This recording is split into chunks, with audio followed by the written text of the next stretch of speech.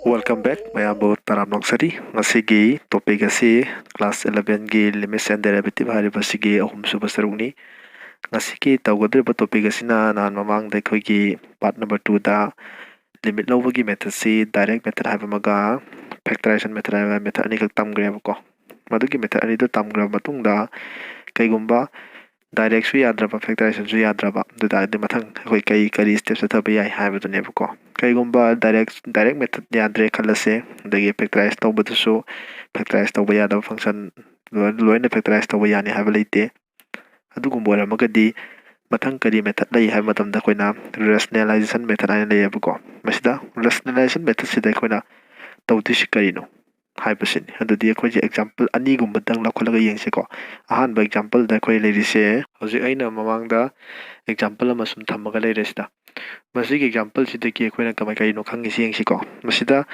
direct sile khalase x ki mot 0 sin matam da root 2 minus root 2 0 makha 0 adi define tawdre 0 by 0 gi mong da la a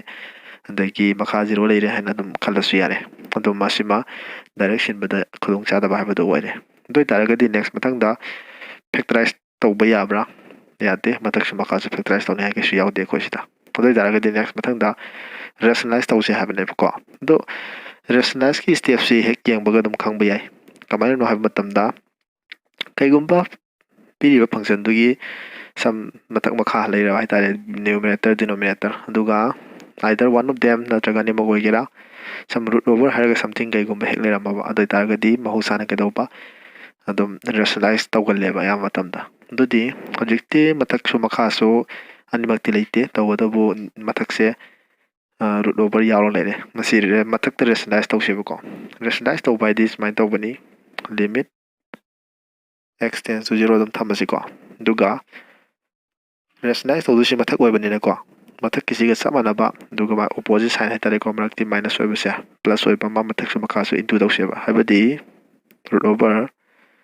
2 plus x minus root 2 lebase masiga samana ba root over 2 plus x plus root 2 ana thamba hai tare aduga makha su hana x ama leire duga root over 2 plus x plus root 2 sumaina matak makha hai tare ne maglo itu tawreba adi matung da khoina lakadoi se ti a minus b a plus b habdi a square minus b square ki formula le de ko the a square da ga cc a ne ko mo di square ka di root mangrani kya tawre de 2 plus x duga minus b square hai tar ga di c square ka de ni root 2 di square ka di kya tare 2 tare the divided by makha da na mu hong de bi le ko root over 2 plus x plus root 2 equal to ado di hojik se siga muka khre next le hori se x by some siga le hori ko ado di se x amuka khibi yare ko ado da ga di limit x tends to 0 1 by root over 2 plus x plus kya root 2 ado di hojik se rationalize tawba loira matung sida koina last taiba result ja masita hanagi kayoba direct method ha posa direct sin ba yabra yengcheba x ki moda direct 0 sile adudi 1 by root 2 plus root 2 0 tabang amdre makase doi taraga di 1 by root 2 plus kya tare se root 2 habdi 1 by 2 root 2 simai tawraga root kumbagi mongda ek neramaga leram taraga rationalize tawne basima da makhoi wakanda thamase basima next mathang da example amataga mu yengsigo hojik ani subada riba example says mana ps ki limit potho hare ada koi silla sudum 4 direction matam da si matak si 3 tabani 3 minus 3 9 makasi 1 tabani 1 minus 0 adum 0 by 0 gi mong dam la ev ko ado factorize so to ba yaroi adum rationalize la ane ko bam de matak shuru jawre makha shuru jawre adu ta ga de ji matak su makha shuru lak pane na matak shuru rationalize tawse makha shuru rationalize tawse ko de kamai la kan ha matam da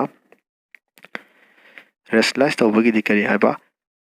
maga maka di mandi manaba do bo sign de opposite oi pama matha makha into tawse ha bane ko do di matha kya ni yengsi ko 3 minus root over 5 plus x le ko anima ithoge ko 1 minus root over 5 minus x aduga man hai se siji ge matha kya hana 3 plus root over 5 plus x thamase ba masiga samanaba masu makha de into tawki de ni ko ꯃꯈꯥꯒꯤꯁꯨ ꯃꯉꯥꯏ 1 plus root over 5 minus x ꯃꯥꯒꯗꯤ ꯃꯥꯟꯅꯕ ꯁꯥꯏꯟꯗꯤ opposite ꯑꯣꯏꯕꯀꯣ ꯑꯗꯣ ꯃꯊꯛꯇ c into ꯇꯧꯈ꯭ꯔꯕꯅꯤꯅ ꯃꯥꯁꯨ ꯃꯈꯥꯗ ꯑꯃꯨꯛ 3 plus root over kya 5 plus x aduga masi mathakta namu 1 plus root over 5 minus x adi mathakta makhaga se 3 plus root over 5 plus x into tawba aduga 1 plus root over 5 minus x na into tawba mathakta makhaga rationalize tawba hai tare ko dudi haji next step ta laktu sina limit x tends to 4 si a plus b a minus b dudi a square minus b square la oidra dudi a square is 9 ni 3 square ni ko minus b square ta root si mangra ni ko root mangra ta di 5 minus x la khani do minus ama mang level ni ko divided by si so a square minus b square palma tam da 1 square di 1 tare minus b square si root mangra ne ko du targati 5 plus x ka ngai hore aduga som da namu siga pagre ko aduga siga pagre lemori si kana lemore ba si bracket ama hamke koina 1 plus root over 5 minus x amaga makadana 3 plus root over 5 plus x minus line hore mune yengse limit x tends to 4 sidi koina 4 minus x tare 1 plus root over 5 minus x divided by sisi x minus 4 tai ko do minus ama kamalauraga 4 minus x samje ko 3 plus root over 5 plus x do di haji sti maka kiba yare lemhori se naka di ko limit x tends to 4 sorry easy do bithos ko 1 plus root over 5 minus x divided by si minus amang level minus 3 minus root over 5 plus x adu haji se last step is rationalize to lo are ko aroi step ta kai hagiba sigi x gi mohota 4 sinjilaga yengse ko du taragadi 1 plus c4 sin taragadi 5 minus 4 1 root over 1 di 1 do lejare ko divided by minus 3 minus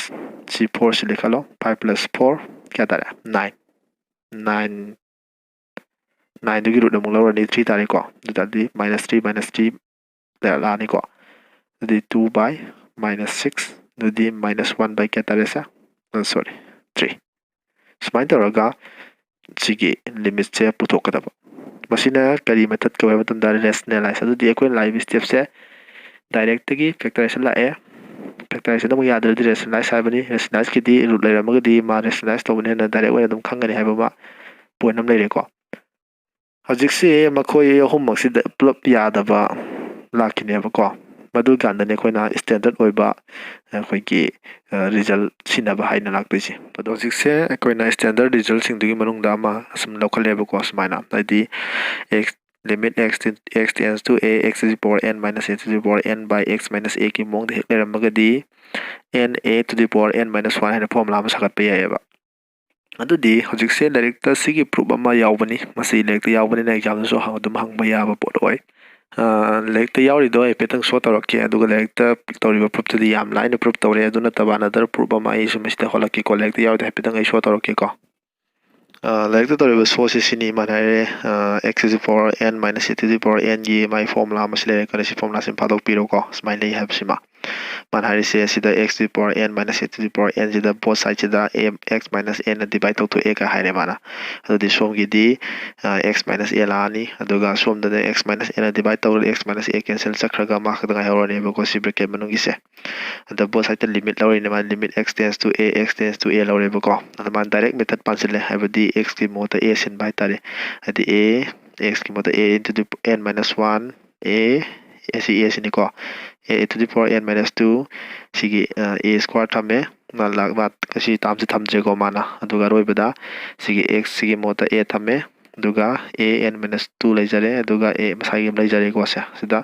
tam khudi mak sum yengo matam da si je base manare power tisina di a n minus 2 haram se n minus 1 higher is man toroga a to the power n minus 1 se n times plus tawra adu taragadi ꯑꯩꯈꯣꯏ ꯃꯥꯟꯅꯕ ꯃꯁꯤꯡ ꯔꯤꯄꯤꯇꯦꯁꯟ ꯑꯣꯏꯅ n times plus ꯇꯧꯔꯛꯄ ꯍꯥꯏꯁꯦ ꯑꯃꯇꯪ ꯂꯧꯈꯠꯂꯒ n into ꯇꯧꯔꯒ ꯌꯥꯏ ꯍꯥꯏꯕ ꯑꯩꯈꯣꯏꯒꯤ ꯔꯤꯄꯤꯇꯦꯠ ꯁꯝꯁꯦ ꯑꯩꯈꯣꯏꯒꯤ ꯄ꯭ꯔꯗꯛꯇ ꯁꯝꯕ ꯌꯥꯏ ꯍꯥꯏꯕ ꯁꯦꯟꯁꯇꯀꯣ ꯑꯗꯨꯃꯥꯏꯅ ꯄ꯭ꯔꯨꯞ ꯇꯧꯔꯦꯕ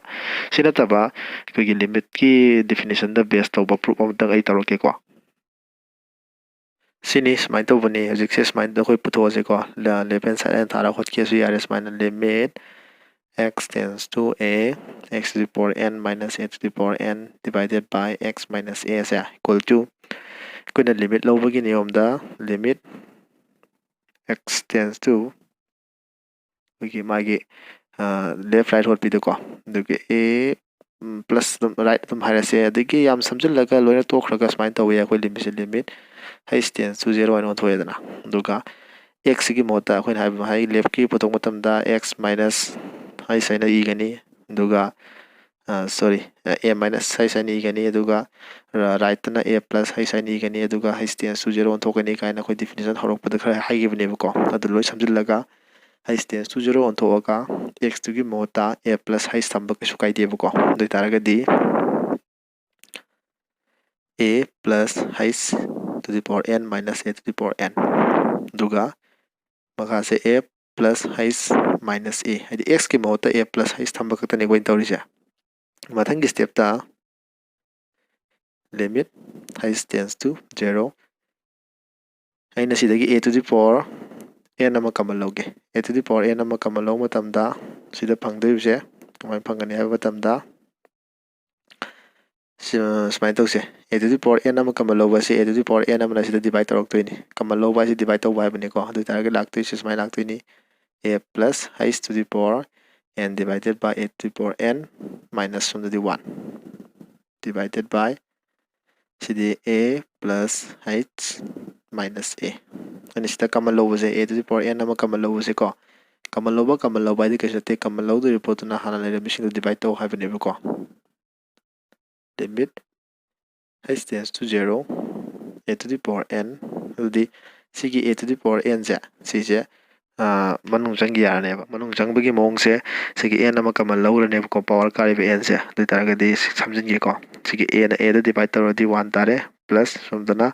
h by a leoraga apunbagi n am power karaga smaina minus 1 thameba duga divided by a kakhraga h leore mathang da koina sadok toine si expansion tawdoini limit h tends to 0 adudi hojikse a to the power n si mama adum thamse a to the power n asum thamase ko mase aduga kamai irakpa ya haydu yamuning si ko sise koina 1 plus n h by a plus n minus 1 h square by 2 factorial a square makhala kada a square plus dot aduga roibada minus 1 sile divided by h si kamai line masi formula si kamai line masi formula si koina formula smaina since tham doine ko 1 plus x to the power n gi formula se te kana sunate 1 plus n x plus n minus 1 by 2 factorial x square harga sum sma chatpaneba matam sida sigi x cd h by a leredna ko adu 1 lejare ko adu 1 plus n x is nx plus n minus 1 by 2 factorial x square idani mak square class minus matang n minus 1 n minus 2 by 3 factorial x cube kaina matang smai sakidoi neba ko smai lere sima